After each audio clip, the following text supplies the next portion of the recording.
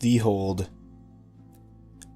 I'm not sure if this will scare you, but I can tell you that I was genuinely terrified, and that to this day I still have dreams about it.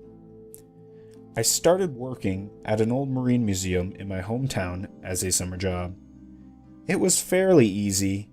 All that was needed was to take entrance fees and keep the boats clean, and give the occasional tour to summer camp groups. I was enamored with my town's history, and these boats were a very big part of it. The main office was located on the oldest boat there, the SS Kenora. She was 117 years old at the time, and much of the boat was still original from when she was first created. You were literally walking and touching 117-year-old history. My manager used to poke fun at me with stories and experiences that she had on the boat when she was working there. And she knew that I was a huge supernatural enthusiast, so I was very eager to hear her stories. However, what I didn't realize was that I would have my own experience from day one. My partner that I was working with at the time was showing me how to use old skeleton keys to open up some of the doors on the Kenora. It took me a little bit to put that key in the hole, just so, but eventually I got it to work. Once we finished there, we split up so we could open up the other boats. There was a little bridge that connected the Kenora to the CGS Bradbury. As I opened up the first door to the captain's quarters, I got a very weird feeling that overwhelmed me. I felt like that I shouldn't be in the room. I was determined to get the job done, so I pressed on. The feeling continued to grow as I went about my business. I was just about to step down the stairs and up onto the other side of the landing when I got a chill that racked my entire body. Every single hair was on end, and I frantically looked around at my surroundings. I walked back to the other side, and the feeling lessened. I pressed on and continued into the boiler room of the Bradbury. I opened up the door of the boiler room and gave a hard shove. The door groaned loudly, almost as if it were in protest. I latched it in place and stepped aside. At this point, I had not turned the lights on, so it was pitch black. As I was crossing over the metal grated flooring to unlock the other doors from the inside, several very loud bangs sounded from down below, and I stood there motionless for a few minutes, wondering if it's simply my own footsteps. Again, 3 loud bangs sounded. This time I was perfectly still. Gaining some sort of courage, I asked if anyone was down there. Although it would be impossible to get down there except through the crew quarters, which required a key. My response was met with another row of banging, the sound resonating all throughout the metal room, ringing continuously in my ears. I grabbed my phone from my pocket and shone the light below. All the while, that overwhelming feeling of unwantedness coming back in full force. I strained my eyes to see better, but there was nothing, just thick, dark blackness. Using the adrenaline from being startled, I finished opening the rest of the boats and barreled right into the office. My partner looked up at me and smiled. That was some pretty good timing.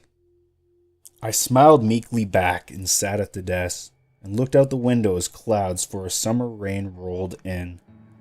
I had regular occurrences such as those almost every day, but none as frightening as I had on my first shift alone. It was about 8:45 when I arrived at the museum. I opened up the padlock and stepped inside to put the security code into the keypad. Just as I had finished doing that, I heard a shuffling sound come from downstairs in the hold of the Kenora. My stomach clenched. At this point, I hadn't even turned on the light yet, so it was pitch black. I grabbed my keys again and began turning on the lights and opening up the portholes and doors. I was making my way to the back and into the gallery, the kitchen dining area, where I could hear more shuffling and dragging noises. However, these were much louder than before, and they sounded as if they were moving more quickly than when I had previously heard them. Determined not to run out of their screaming, I put my headphones in and listened to some Marilyn Manson. I flicked on all the lights on the control panel and turned around on my heel. I was just making my way up the grand staircase when I heard a very loud bang from coming downstairs in the hold. Keep in mind, I had my headphones in with music playing. "What the hell was that?" I murmured to myself quietly. Reluctantly, I went back into the gallery and peeked around the corner. There was a small door to a pantry that was open. I knew for a fact that it was closed when we shut everything down the night before. I took my earbuds out and closed the pantry door.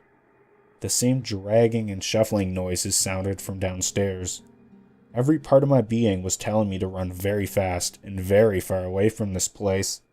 But I was curious and incredibly stupid, and determined to find out who or what might have been causing the noise. So I walked slowly down the steps into the hold.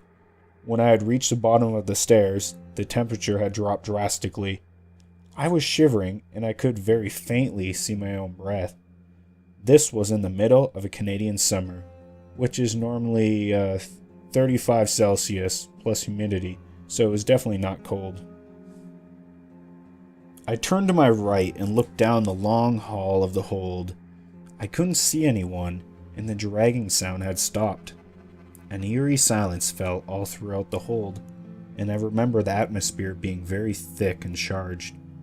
I could have cut that air with a knife. Slowly, I continued to walk through the hall, and just as I was about to go into the engine room, I heard shuffling coming from a door that I hadn't ever opened before. I numbly walked over to it and placed my left hand on the padlock and turned the key with my right. To my horror, the door swung open of its own accord and violently smashed into the wall of the tiny room which I had opened. All that was in the room was a very large silver boiler, and beside it in the corner of the room was a thick black mass. It was blacker than black, and a putrid smell suddenly filled my nostrils. A sudden rush of cold air and the blur of a black mass told me that whatever this thing was, it was not pleased with me opening up the door. I tried to cry out in fear and pain, but found my own voice was silenced with sputtering coughs that racked my body. The dragging noise was replaced by loud scratching and heavy footsteps. Fearing for my life, with my face covered, I ran to the stairs and clambered my way up. I did not keep running until I was up the grand staircase and onto the second floor of the Kenora. Seriously shaken, I took a few minutes to myself in the lounge and slowed my breathing. I grimaced at the thick layers of dust on the furniture and made note to dust them later. After I had calmed down, I opened the rest of the boats and had a fairly busy day. At around 4:45, I had finished cash out. I began closing up. I had just finished shutting the lights off and setting the last tripwire when I got that unmistakable feeling from earlier. I got up and began making my way to the entrance of the ship. I tried very hard to avert my eyes as I walked past the staircase to the hold. But something had caught my attention, something that should have not been there. I turned my face and gasped in sheer terror as I saw peering up at me two very bright and very menacing red eyes, and a massive figure, blacker than black, crouched on the bottom steps of the staircase. I sent a quick prayer up to the Creator and ran to the front of the boat. Heavy footsteps following after me, I punched in the code, unbolted the door, and quickly shut it once I was outside. I grabbed the bar and wrenched it in place over the double doors and clicked the padlock on. The doors themselves suddenly gave a jolt as if something were trying to get through. I hopped on my bike and rode straight home. I slipped into a very uneasy sleep that night. The next day, I had told my manager what happened, and she said the same thing happened to her when she was working there. She had confessed that she had many a spiritual healer and psychic come through to try and get rid of the entity, but none had been successful.